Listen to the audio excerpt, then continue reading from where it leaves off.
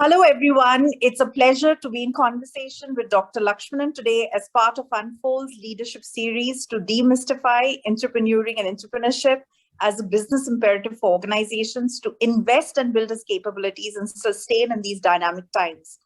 We are ending another historic year as part of the COVID era, defining our generation, battling to experiment, pivot, and build solutions for the future.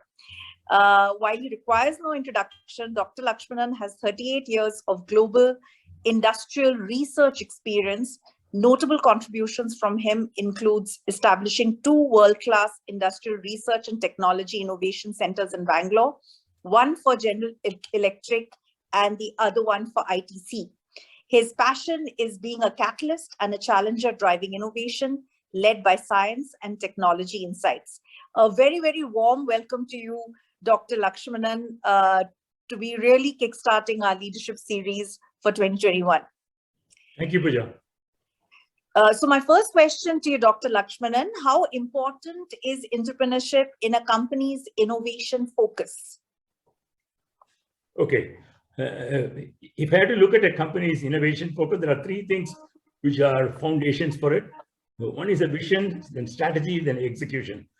There is one thing that connects all 3 of this, that is intrapreneurship. So intrapreneurship is so important to make sure that everything is executed, the strategy is perfected. At the same time, it also identifies new opportunities for the growth of the organization. So that's how important intrapreneurship is. Yeah. So in your experience, having worked with GE and with ITC, and especially coming from the research focus, what are some of the benefits that you've seen for entrepreneuring and entrepreneurship, and why should organizations invest in it? Okay, the 2 companies for which I have actively worked for actually are very interesting examples, because they are over 100 years old, but they are still wanting to grow. So wanting to grow requires innovation continuously, and the innovation engine is triggered effortlessly by intrapreneurship. So that is how important it is, even for a company which is not under profit pressure, which has been established for a while. But for the companies to renew itself, the intrapreneurship is so important. And some of the benefits that I could actually see is a continuous engagement of companies' true potential resources. So actually it maximizes the potential of the companies, or in other words, the latent talent hidden in the company, which is the true intellectual property, that comes up nicely when you actually formally activate intrapreneurship. And I have seen quite a significant benefits for both the organizations out of this, even though they are 100+ years old. So needless to say that it will be important forever.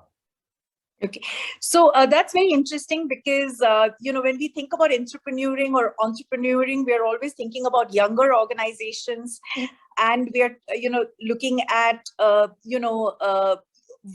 organizations which are evolving and growing. But here you're talking about the fact that 100-year-old organizations, and both of them are really known for innovation, where it's really important for organizations to keep sustaining and pivoting and using the human potential to sort of move forward. So irrespective of age and tenure, entrepreneurship really is one of the means by which an organization can really build a pervasive culture of innovation.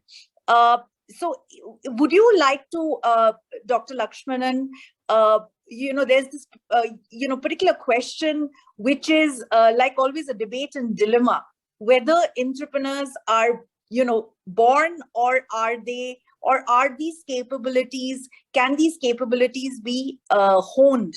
Can they be nurtured? Can they be created? Can they be trained?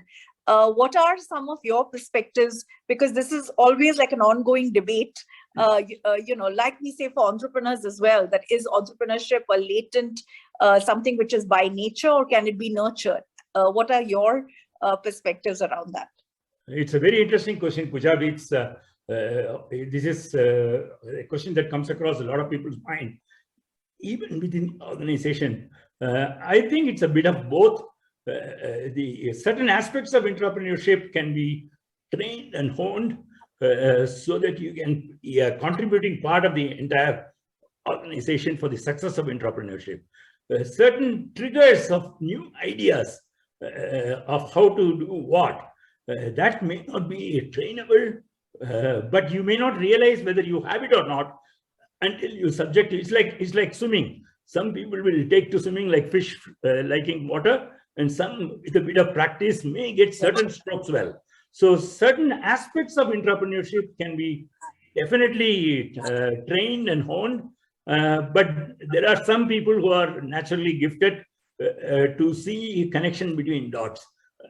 But those connections between dots, from my experience, I also find that people who have a lot of ideas for sparkling, they may not be able to carry it forward to execution. So from the execution point of view, you need a whole host of skills.